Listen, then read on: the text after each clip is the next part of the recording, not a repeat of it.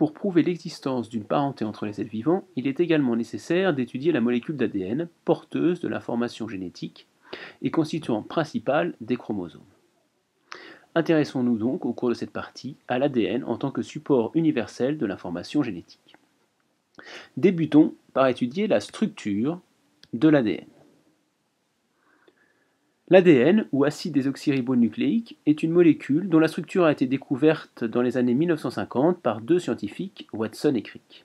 Cette molécule, que vous avez sans doute observée en troisième, a la forme d'une double hélice qui peut nous faire penser à une échelle torsadée.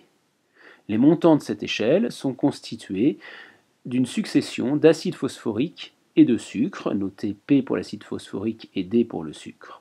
Les barreaux de cette échelle sont quant à eux constitués par l'union de deux bases azotées, cytosine avec guanine, adénine avec thymine.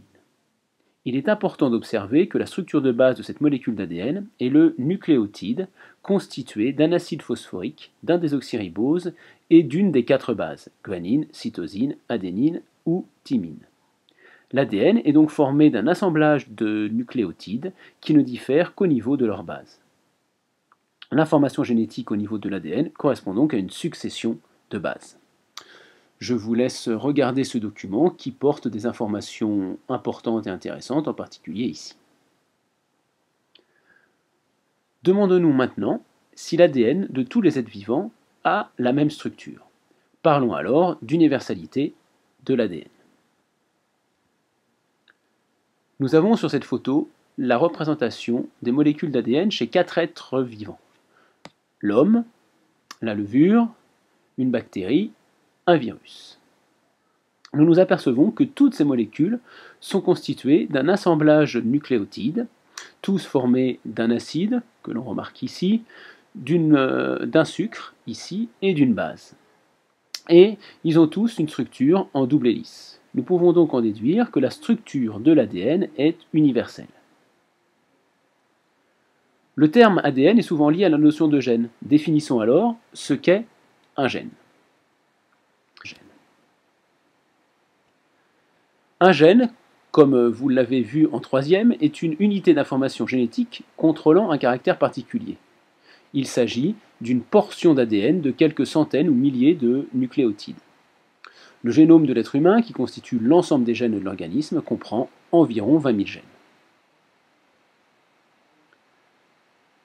La question qu'on se pose maintenant, c'est comment un gène peut-il contrôler un caractère? Nous allons voir pour ça la correspondance entre le gène et la protéine.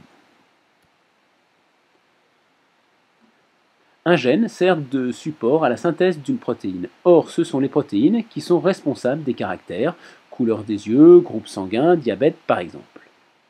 Le gène qui est codé en une succession de nucléotides va donc être traduit en une protéine qui est un assemblage d'acides aminés. Or, vous avez vu en troisième qu'il existe plusieurs versions d'un même gène que l'on appelle allèle. Prenons par exemple le gène qui gouverne les groupes sanguins, et vous avez vu qu'il existe trois versions différentes de ce gène, qu'on appelle des allèles, l'allèle A, l'allèle O ou l'allèle B. Comment expliquer l'existence des allèles? Pour ça, nous allons parler des mutations. Les mutations sont des changements aléatoires et ponctuels d'un ou de quelques nucléotides au niveau d'un gène. Nous avons ici une mutation. Nous avons une adénine qui est remplacée par une thymine.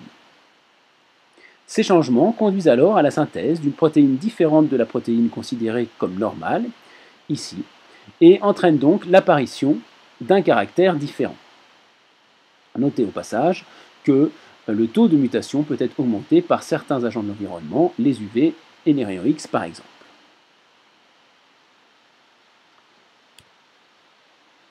Pour résumer, voyons un schéma bilan. Le chromosome est constitué d'ADN, qui est une molécule en double hélice, constituée d'un enchaînement de nucléotides. Un fragment d'ADN responsable d'un caractère est un gène. Toutes ces propriétés se retrouvent chez tous les êtres vivants et démontrent l'universalité de cette molécule. Cependant, la possibilité de mutation est responsable de la variabilité de cette molécule et donc de l'existence d'une variabilité entre individus.